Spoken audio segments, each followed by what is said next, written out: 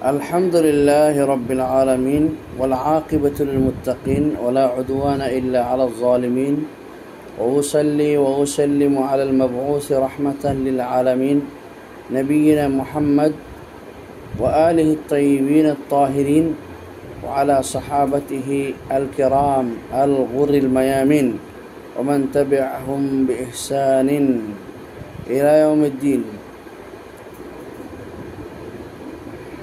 اللهم انفعنا بما علمتنا وعلمنا ما ينفعنا سبحانك لا علم لنا إلا ما علمتنا إنك أنت العليم الحكيم.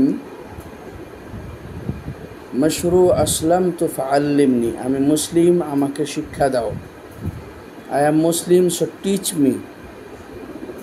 এই প্রকল্পের 49তম কোর্সে সকল শ্রেণীর ছাত্রবৃন্দ মহান রব্বুল আলামিনের অসংখ্য শুকরিয়া আদায় করছি।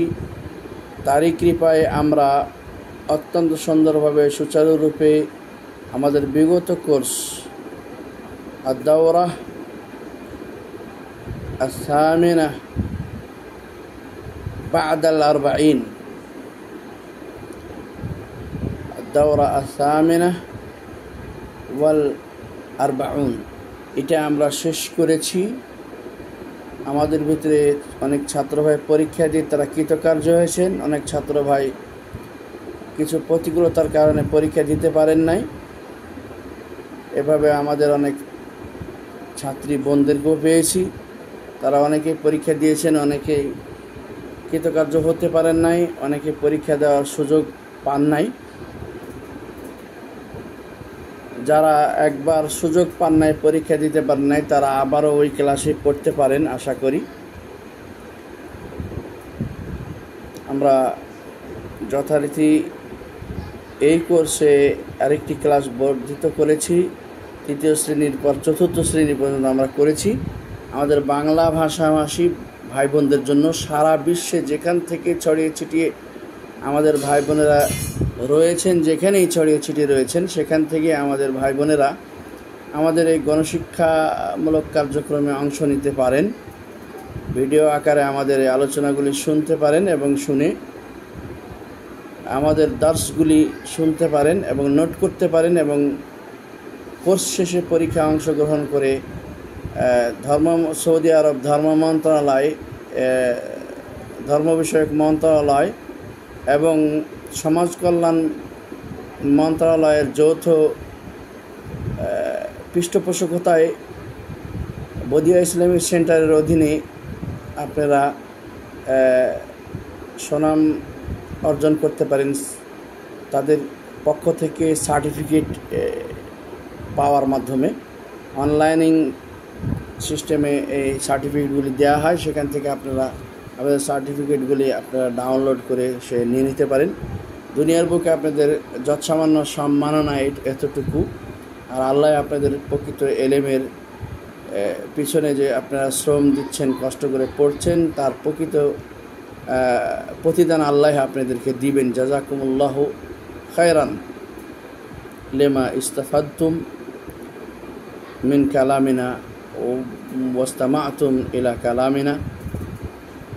যে যতটুকু আপনারা আমাদের কথাগুলি শুনছেন, আমাদের কথাগুলি থেকে উপকৃত হচ্ছেন।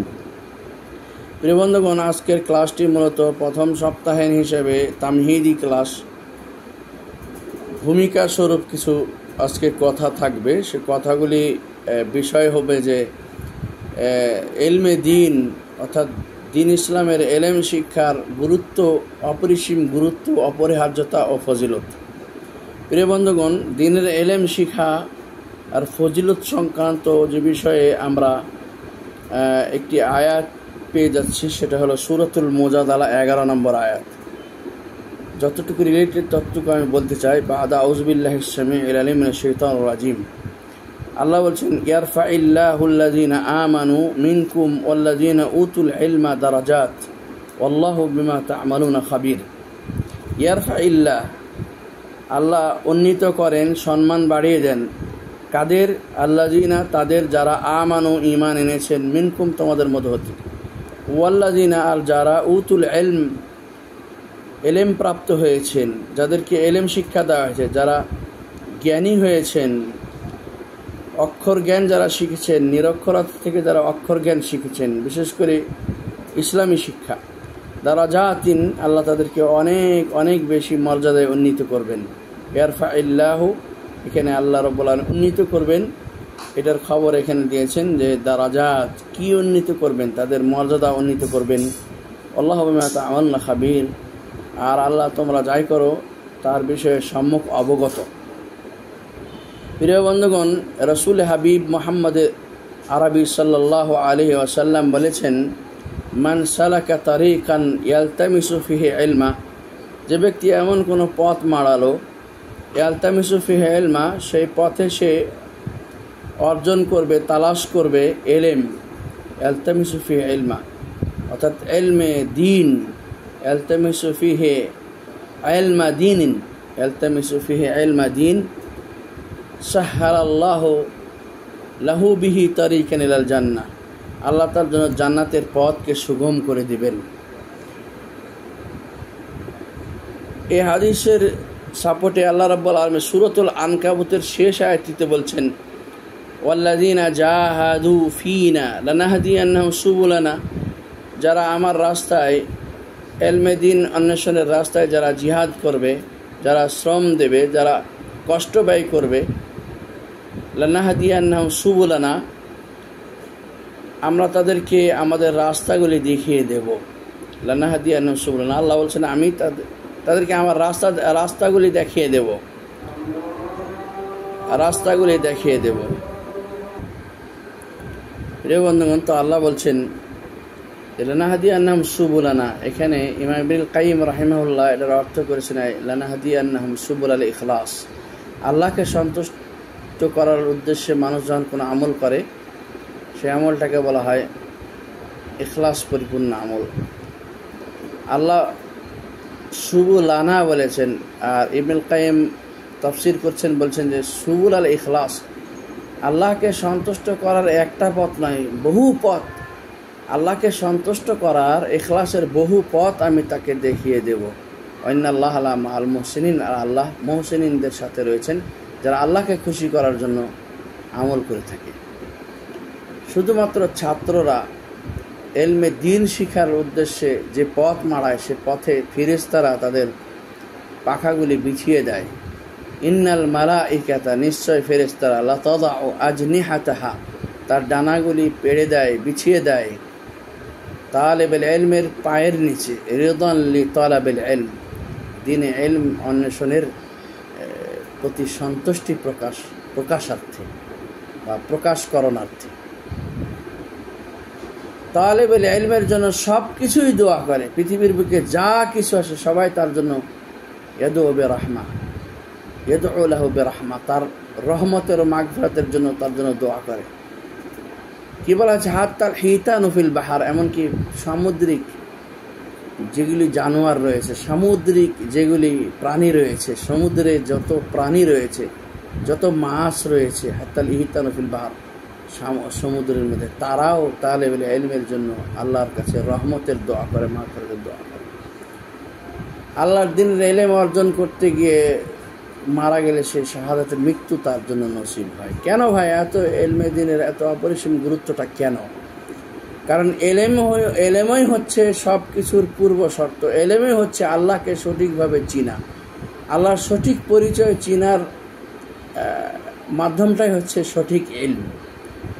প্রথমত ইলম দু প্রকার, ইলমে দ্বীন, ইলমে মুআসির, দুটোই কিন্তু ফরজ, কিন্তু একটি হলো ফরজে আইন, একটি হলো ফরজে কিফায়া। ইলমে দ্বীন ফরজে আইন, আর ইলমে মুআসির যুগের ইলম, বিভিন্ন প্রকারের ইলম, এগুলি হলো যুগের ইলম, হলো ফরজে কিফায়া, তাও ফরজ, কতিপয় করলে কতিপয়ের হক আদায় হয়, কিন্তু ইলমে দ্বীন 100% মানুষকে অর্জন করতে হয়। আর ইলমে দ্বীনের ক্ষেত্রেও আবার দু প্রকার আছে, কুশিক্ষা, সুশিক্ষা। ইলমে দ্বীনের সঠিক শিক্ষা ও বেঠিক শিক্ষা। ইলমে দ্বীন যদি সহি শিক্ষাটা, সঠিক শিক্ষাটা মানুষের মধ্যে আসে, তাহলে সে উপকৃত হতে পারবে, এই সমস্ত ফজিলত তার জন্য। কিন্তু ইলমে দ্বীনের যদি বেঠিক অর্থ বহন করে, বেঠিক শিক্ষাটা নেওয়া হয়, কুশিক্ষায় শিক্ষিত হয়, যদি এলমে দিন শিক্ষা করে, তাহলে সে এগুলি ফজিলত পাবে না, বরঞ্চ তাকে জাহান্নাম যেতে হবে।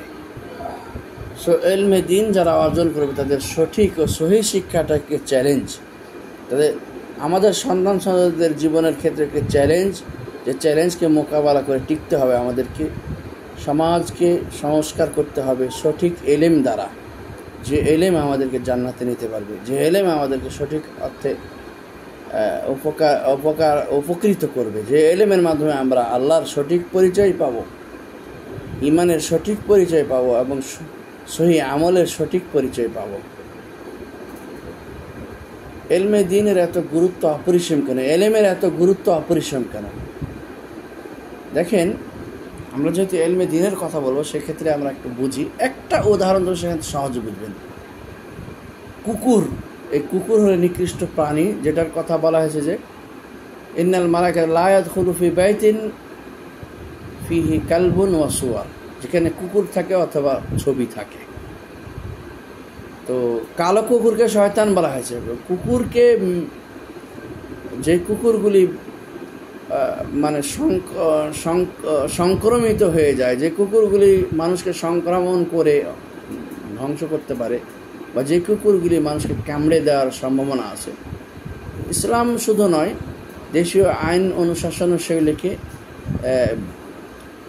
সিরিঞ্জ দিয়ে বিষ প্রয়োগ করে মেরে ফেলে দেওয়া, অথবা আঁকড়া দিয়ে এভাবে তাদের গলায় পেঁচিয়ে ধরে তাদেরকে পরে সিরিঞ্জ দিয়ে অবশ করে মেরে ফেলে দেওয়ার বিধান আছে। এবং কুকুর পাললে বাড়ি থেকে রহমতের ফেরেশতা বিদায় হয়, রহমত বিদায় হয়ে যায় সেই বাড়ি থেকে। অর্থাৎ সেই একই কুকুরটাকে যখন আপনি প্রশিক্ষিত করবেন, প্রশিক্ষণ দেবেন, তাকে যখন স্কোয়াড বানাবেন, তাকে দিয়ে যখন তাকে শিক্ষা দিয়ে শিক্ষিত করে তুলবেন, শিক্ষার কত গুরুত্ব, শিক্ষার গুরুত্ব যে অপরিসীম, এই উদাহরণটা থেকে বুঝেন। সেই কুকুরটা কিন্তু এই বিধান থেকে বাইরে চলে আসবে।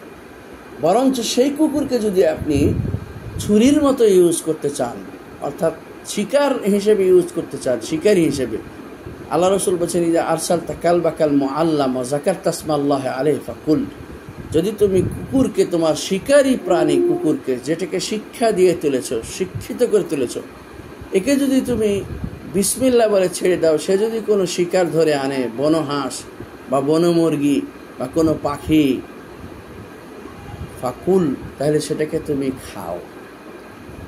সেক্ষেত্রে জাকাত শর্ত নয়। জাকাত মানে এই জাকাত আপনি ওই মালের জাকাত মনে করেন না, অর্থাৎ পশু প্রাণীকে জবে করে পবিত্র করে খাওয়া, তাজকিয়া যেটাকে বলা হয়, এটা শর্ত নয়।